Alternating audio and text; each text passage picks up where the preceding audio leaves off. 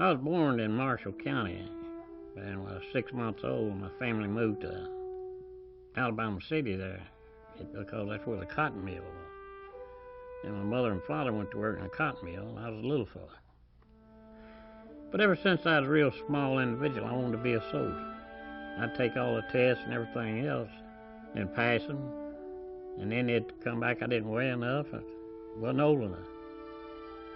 So we finally got to, after a few months at that, I got the pastor of 12th Street Baptist Church. My mother signed affidavits how old I was because we had no birth certificates.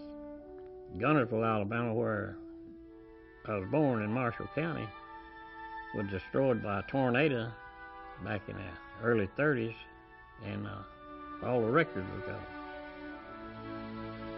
So after going through all this process, they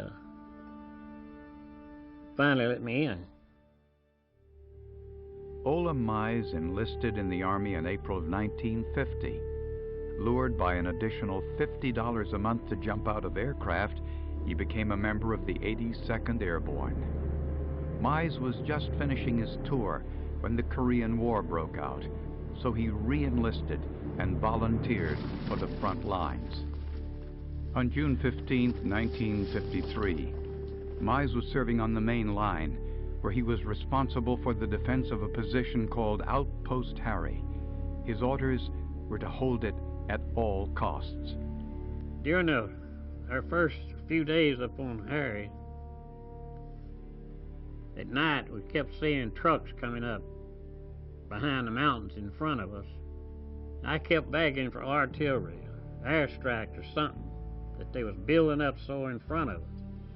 They kept telling me that they're only resupplying their troops like we'd resupply ours. And there ain't no way in hell we'd ever resupply ours with bunking trucks up, lights on and everything else. And I said, well, if they're only resupplying the people they've got here, they must have the whole Chinese army in front of us, because there's 20, 40, or 50, or 100 trucks a night coming in for 5 straight days.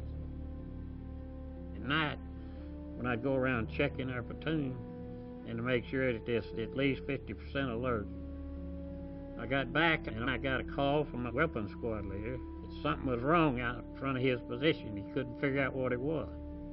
I got over there and I said, what's wrong? He said, well, there's something wrong with the terrain out in front of him.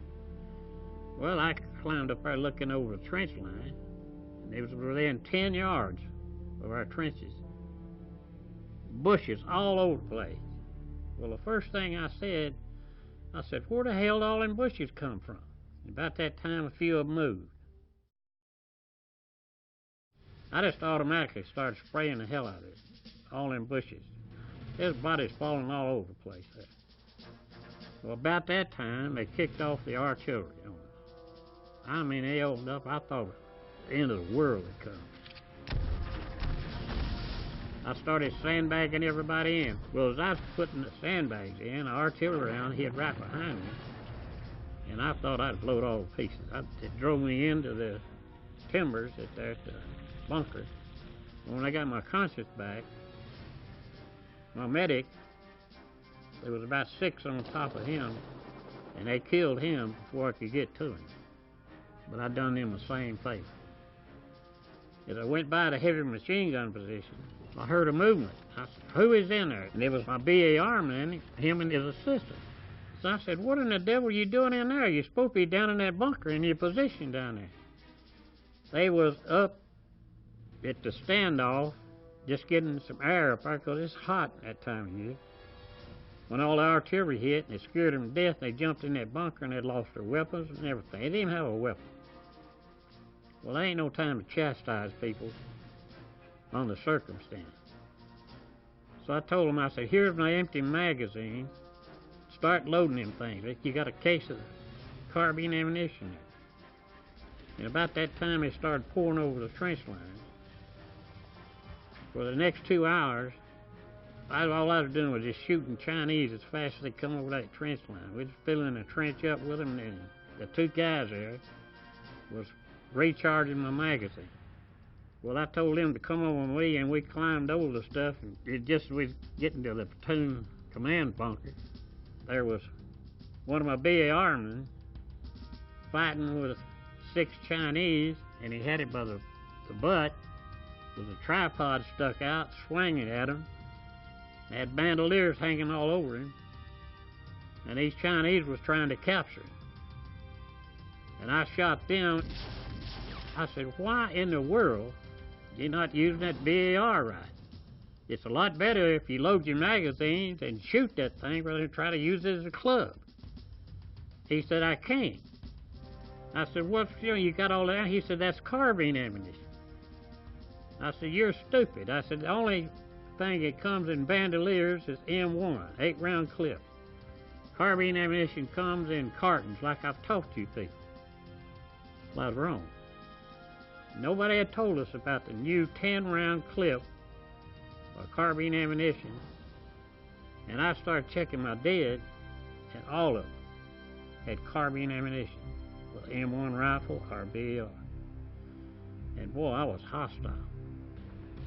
With all of the company's officers dead or wounded, Mize worked frantically to establish a defensive perimeter.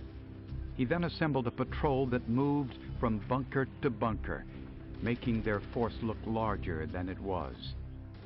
At one point, seeing an enemy soldier taking dead aim at a comrade, Mize dispatched the man with one shot. Although he was struck by artillery and grenade blasts 3 times, he managed to escape serious harm and continued to fight. Mize was eventually able to secure a radio and call in airstrikes, which exacted a devastating toll on the enemy. I didn't know how I looked. My clothes were blowed off there, my face was all black and burnt from where I'd been burnt from flash, and mouth, sand in my mouth because we didn't have no water or anything like that, and you try to rake it out, and I couldn't spit, but my life depended on it. And as I got down to the MLR, they told me, said, soldier, you're going the wrong way. I said, no, sir, I'm not. They said, who are you? And I said, I'm Sergeant Mize. They said, no, you're not. Sergeant Mize is dead. I said, I hope not, sir. I'm standing talking to you. And I didn't know how I looked. I couldn't recognize myself either. President Eisenhower ordered me back to the States to receive the medal. Got it September 7th, 1954. I was scared to death. Here, a little country boy from northeast Alabama, redneck, meeting the President of the United States, it was unreal. And he stood there and talked to me. He put the medal around my neck. And he seen how nervous I was. And he told me, he said, I would be too. If I was as young as you was, looking at old crow like it, I just broke the ice. I made myself a promise over there, if I stayed in the military or had any kind of authority, what happened to me on Outpost Harry and my people, that's the way I looked at it, my people, because I was the one taking care of them. It would never happen again. I didn't care what happened to me personally. I come from the old school that you can take all the principles of leadership and traits and put them under one thing. It's called custodian and men's welfare. You can put everything under that umbrella. And I've lived with that code. It cost me a lot of heartaches, but these worth it, every bit of it.